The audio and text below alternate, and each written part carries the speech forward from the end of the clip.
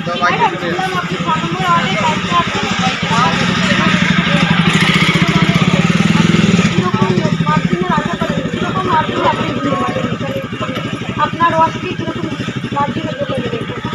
সেটা তো এবার আশা করছি মানুষের যা মানুষের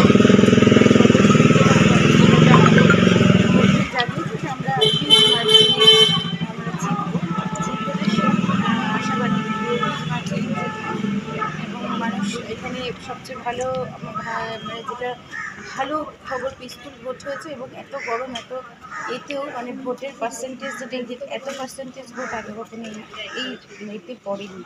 এত পার্সেন্টেজ ভোট পড়েছে মানে আমরা মানুষের বাড়ি বাড়িতে সেইভাবে তাদের কনফিউজ করতে পেরেছি আপনার প্রাকৃতিক যাবেন যে আপনাদের গণতান্ত্রিক অধিকার আপনাদের কোনো প্রবলেম হবে না, আপনারা পিসফুলি ভোট দেবেন।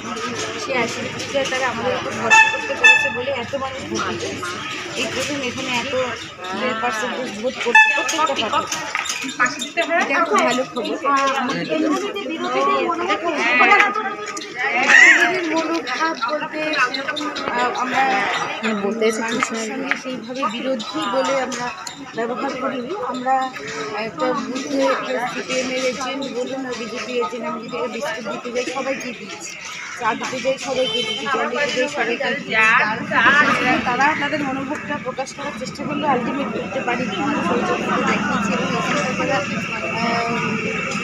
পোলিং অফিসাররা এসছেন বা যারা আর তারাও বলছে যে আপনারা এতটা মানে মানুষের সঙ্গে সৌজন্যতা দেখাচ্ছেন যেটা মানে আমাদের অন্যান্য কোনো জায়গায় আমরা দেখিনি। এটা একটা মানে একটা বিরল দৃষ্টান্ত। আমরা সবার সঙ্গে ভালো বিহেভিয়ার করেছি, যাদের যা অসুবিধা সে সিপিএম হোক তৃণমূল হোক আমাদের লোকের যেমন একটা শরীর খারাপ হলে ওষুধ তাদেরটাও আমরা দেখেছি এবং বারবার তাদের পাশে থাকার চেষ্টা করছি। তারা বিরোধী মানসিকতা দেখিয়েছে কিন্তু আমাদের সৌজন্যতার খাতিরে সেটা আলটিমেট শেষ পর্যন্ত সেই মানসিকতা তাদের টিকতে পারেনি, তারা সেই জায়গাটা থেকে পিছিয়ে এসেছে। তারা দেখানোর চেষ্টা করছিল সকাল আর থেকে একটা চেষ্টা প্রশ্ন করছে। করবো আপনাকে, দিদির যে এতগুলো জনমুখী প্রকল্প তার মধ্যে লক্ষ্মীর ভান্ডার অন্যতম, তার প্রভাব কি ভোটদাসকে পড়বে বলে একদম মনে করবে, হচ্ছে? যেমন মহিলাদের পার্সেন্টেজ ভোটে যারা এখানে ভোটের লাইনে মহিলারা বেশি ভোট দিয়েছে, মহিলারা বেশি ভোট দিয়েছে সেটা একদম করবে বলেই মনে হচ্ছে।